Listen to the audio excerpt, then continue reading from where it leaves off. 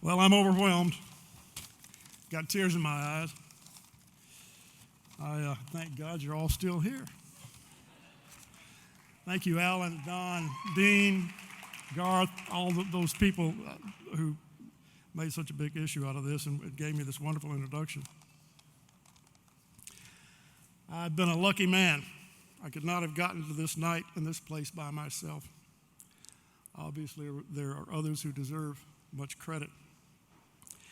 I used to think the reason I was always surrounded by good people was because I was such a great judge of human character.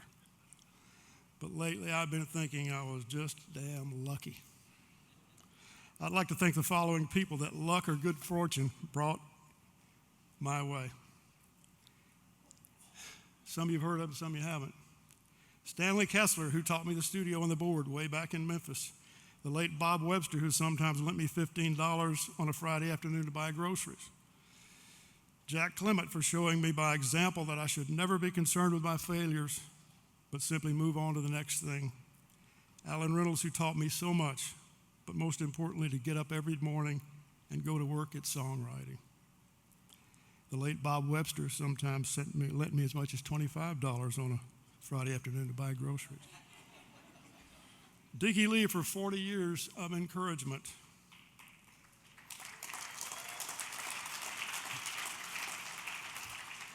The late Colonel Bill Hall, not only for being a great publisher, but for teaching me to take care of business. Doug Howard, Dan Hill, Doyle Brown, Billy Lynn, for arranging the marriage of so many songs to so many great artists.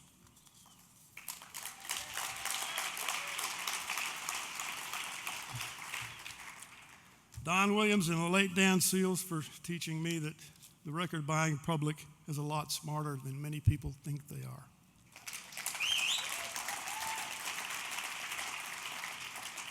And of course, the late Bob Webster sometimes lent me as much as $30 on a Friday afternoon to buy groceries. Getting an award like this makes you look at things from a different perspective. Years ago, I hunted quail in South Georgia with an older man named Bobby Leatherman. He was the scion of an old Southern family and owner of Abbey Leatherman Plantation, which had been in his family for generations. I was fascinated by his tales and stories about the plantation. Among them, Hernando de Soto supposedly gazed on the Mississippi River for the first time from high ground on the Abbey Leatherman Plantation. Robert Johnson was born there. I was enthralled. When I got home, I Googled Abbey Leatherman Plantation. But there was no mention of Hernando de Soto. There was no mention of my new acquaintance, Bobby Leatherman. There wasn't even much about the plantation itself.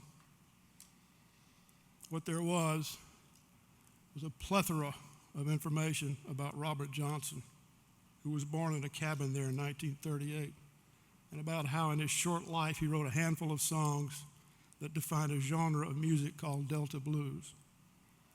There were even stories about how he, according to legend, sold his soul to the devil at the crossroads in exchange for the ability to play on his guitar what he heard in his head, or in other versions for fame and fortune.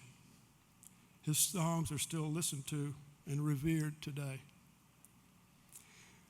We don't know if any of our songs will outlive us, but my point is, don't discount what we do. Don't take our vocation lightly. Tomorrow, when you face the terrible specter of the empty page, remember the possibility is always there. The possibility that you'll create something that lives past you, something that becomes part of our culture, something for the ages. And tomorrow may be the day for you. Good luck. Thanks again.